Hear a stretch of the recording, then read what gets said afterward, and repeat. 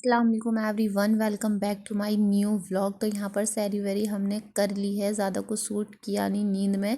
और यहाँ पर मेरा भाई जो है ना सैरी वैरी कर कर लेटा हुआ था, तो मैं इससे बोल रही थी कि ये देखो कैसे जीन्स में और शर्ट में सोते हैं। तो बता रहा था कि नमाज़ के लिए कपड़े चेंज करे हैं, मैं सो नहीं रहा हूँ, मैंने जो है नमाज़ के लिए चेंज करे। मैं से मजाक कर रही थी ऐसे ही। तो फिर नमाज़ वगैरह पढ़ के फ़जर की हम तो सो गए थे कुरान वगैरह पढ़ कर।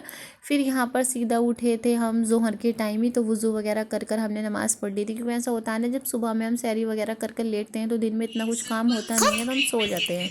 और यहाँ पर मैं हुसैन के साथ खेल रही थी और इसे देखो इतना खुश हो रहा था, बहुत मस्ती में था। ऐसे दुपट्टा ढको तो पता नहीं इसको कितना मज़ा आता है।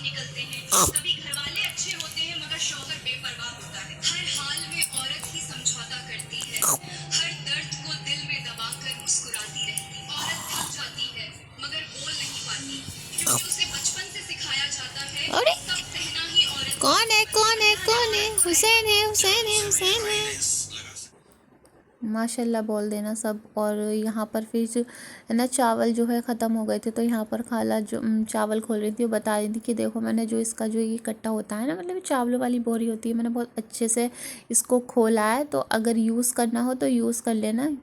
तो यहाँ पर ये चावल वगैरह लौट रही थी। और यहाँ ये हुसैन की खाला कहनी थी मुझे भी व्लॉग में लो, तो मैंने इसको भी यहाँ पर थोड़ा सा ले लिया था। अच्छा, फिर हम आ गए थे किचन में, क्योंकि अब इफ्तियारी का टाइम होने ही वाला था। क्योंकि असर की नमाज़ पढ़ने के बाद हो या पहले से ही तैयारी करनी शुरू कर देनी चाहिए, क्योंकि फिर टाइम ज़्यादा रहता नहीं है। जब तैयारी सारी हो जाती है ना, तो फिर अच्छे से नमाज़ वगैरह पढ़ लो, बीच में चले जाओ नमाज़ पढ़ने के लिए, और अपना जो भी फ्राई वगैरह का काम होता है वो कर लो। तो यहाँ पर मैं आज बना रही थी वेज रोल जो होते हैं, क्योंकि घर में जो मेरे भाई हैं ना, उन्हें सबको इफ्तारी में कुछ ना कुछ चाहिए। तो यहाँ पर कल मैंने चिकन के बनाए थे, तो आज मैं यहाँ पर वेज बना रही थी। तो यहाँ पर मैंने पत्ता गोभी को, शिमला मिर्च को, गाजर को, प्याज को ऐसे कट कर लिया था। यहाँ मैं हरी मिर्च कट कर रही थी, क्योंकि सबको यहाँ पर होता है सबको करना। फिर यहाँ पर मैं बनाने की तैयारी कर रही थी, सारी सॉसेस वगैरह मैंने यहाँ निकाल ली थी।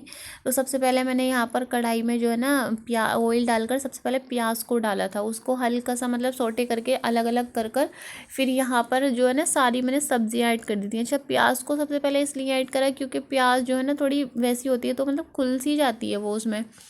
फिर यहाँ पर सारी सब्जियाँ ऐड कर दी थी और यहाँ पर इनको अच्छे से मिक्स करना। और इसकी जो खुशबू होती है ना, मतलब ये जो सब्जियाँ इसमें ऑयल में ये फ्राई होती है, तो मुझे इसकी खुशबू इतनी अच्छी लगती है, पता नहीं क्यों मुझे बहुत अच्छी सी खुशबू लगती है इसकी। तो यहाँ पर फिर ये सब फ्राई हो रही थी। फिर यहाँ पर मैंने सारी सॉसेस डाली। सबसे पहले यहाँ पर मैंने डाली थी यहाँ पर चिल्ली, कौन सी सॉस थी ये, टमाटो थी शायद, टमाटो केचप ही थी, टमाटो केचप मैंने यहाँ पर ऐड करी थी। फिर वाइट विनेगर यहाँ पर मैंने ऐड कर दिया था। यहाँ soya sauce, chilli flakes add कर दिया था, क्योंकि ये सारी चीज़ें जो होती हैं ना कंपलसरी होती हैं। हम रोल बनाए, चिकन का बनाए, वेज बनाए, हम जो भी बनाए, ये सारी चीज़ें तो बनती हैं। और लास्ट टाइम मैंने जो रोल बनाए थे ना इसकी वेज वाले, उसमें थोड़ी मिर्च कम रह गई थी, तो सब बोल रहे थे कि इस बार तीखा ज़्यादा रखना।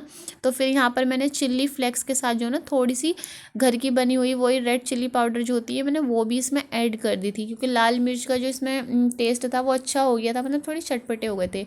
फिर आप स्वाद के अनुसार आप इसमें नमक ऐड कर देना, जितना भी आप खाते हो। फिर इसको अच्छे से इसमें जो है ना मिक्स करना है। अच्छा, गैस की जो फ्लेम है वो बिल्कुल हाई रखनी है, लो नहीं रखनी है, क्योंकि अगर हम ज़्यादा लो रखेंगे तो जो हमारी वेजीज़ होती हैं ना, जो सारी सब्जियां होती हैं वो पानी छोड़ देती हैं। तो यहाँ पर हम इसको बिल्कुल हाई फ्लेम पे ही तैयार करेंगे। हाई फ्लेम पर सब्जियों को अच्छे से मिक्स करेंगे, जो सारी हमारी सॉसेस का जो फ्लेवर है उसमें अच्छे से मिक्स हो जाना चाहिए।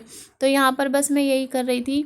और गाइज़, रमज़ानों में ना ऐसा होता है कि जो बच्चे होते हैं, भाई वगैरह होते हैं, उन सबको है ना बहुत सारी ऐसी चीज़ें खाना पसंद होता है। और फिर जो रोज़ेदार होते हैं ना, उनके लिए इफ्तारी बनाना बड़ा अच्छा सा लगता है। मतलब ये होता है कि मैं तो ये सोचती हूँ कि रोज़ डेली नई से नई कोई चीज़ बनाई जाए।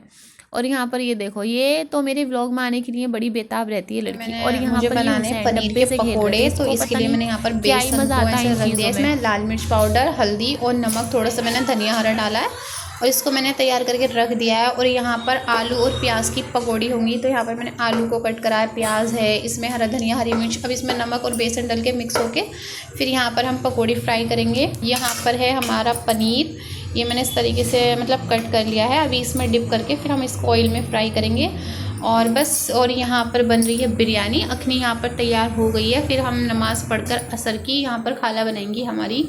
जो है बिरयानी। और यहाँ पर ये रोल भी तैयार हो गए हैं। ये वेज रोल बनाए हैं आज हमने।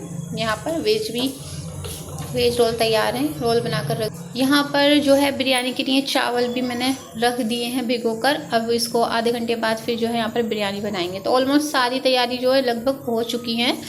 उसके बाद नमाज़ पढ़ के फिर यहाँ पर बिरयानी होगी तैयार। तो फिर मिलते हैं असर की नमाज़ के बाद। फिर जो सारी चीज़ें हैं इनको हम फ्राई करेंगे। बस फिर यहाँ पर जो है नमाज़ वगैरह पढ़कर सारी जो चीज़ें थी फ्राई कर ली थी। और गाइस इतनी जल्दी होती है ना उस टाइम पर, तो कुछ भी इतना सूट कर नहीं पाते। तो यहाँ पर फिर सारी चीज़ें फ्राई कर जो है दस्तरखान पर चीज़ें लगा दी थी, क्योंकि इफ्तियारी का टाइम लगभग होने वाला था। थोड़ा पहले भी दुआ वगैरह करनी होती है, तो इसलिए सब लोग बैठ गए थे यहाँ पर, दुआ कर रहे थे, इफ्तियारी वगैरह करी। और फिर सारी किचन की हालत ऐसी हो जाती है इफ्तियारी के बाद, सारे बर्तन गंदे हो जाते हैं। डिस्पोजल भी मंगा लो फिर भी जो बड़े बड़े बर्तन होते हैं वो गंदे हो ही जाते हैं। तो यहाँ पर मेरी जो छोटी सिस्टर है वो सब बर्तन वॉश कर रही थी। और हर वोमेन मतलब समझ सकती होगी कि इफ्तियारी के बाद जो कितने सारे बर्तन हो जाते हैं। और यहाँ पर मैंने रायता भी बनाया था क्योंकि बिरयानी बनी थी।